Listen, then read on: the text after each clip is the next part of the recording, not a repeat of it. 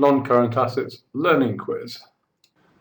So 10 questions to test your understanding of concepts we've looked at in this lesson. Explain what tangible and intangible non-current assets are, giving examples of each. Tangible assets comprise physical assets that are of value to the firm, such as buildings, equipment and machinery, and that the firm intends to keep for 12 or more months. Intangible assets are items of value whose value does not come from their physical form. Examples include patents, brands and licenses, and again that the firm intends to keep for 12 or more months. Give 2 accounting methods that may be used to determine the value reported for property, plant and equipment in the statement of financial position. They may be accounted for at historic cost for operating assets or at appraised value for investment properties. Identify 3 ways in which property, plant and equipment may be acquired and explain how its cost is determined for each one.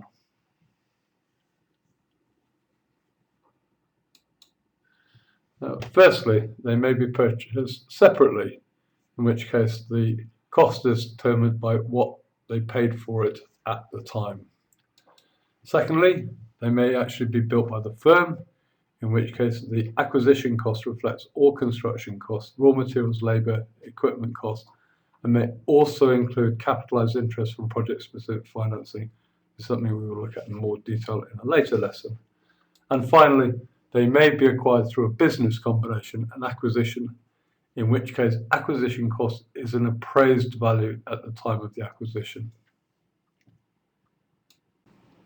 Explain what accumulated depreciation shows.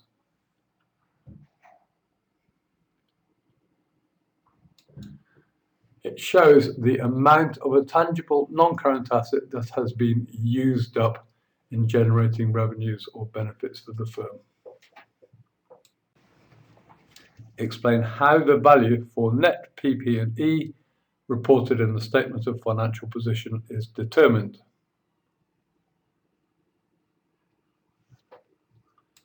And it is determined by taking the gross value, the acquisition cost of the asset, less accumulated depreciation. Explain how the value reported for investment property is determined. This value is based on appraised value, based on current market prices, and based on transactions of similar assets. So it's based on a market price. Explain under what conditions intangible assets, and I'm going to exclude software, may be recorded in the statement of financial position.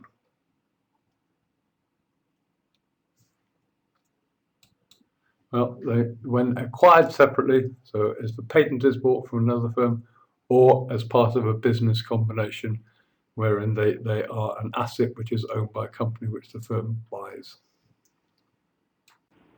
Explain how the value for net pension assets is determined.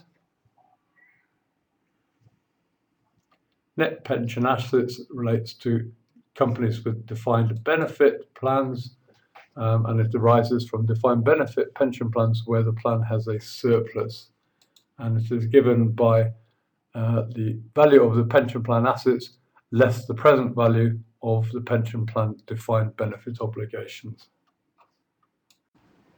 Explain what associates are.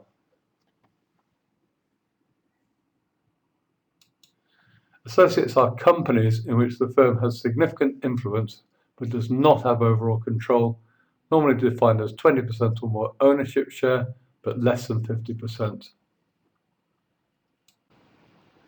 Explain how goodwill arises and how its value is determined.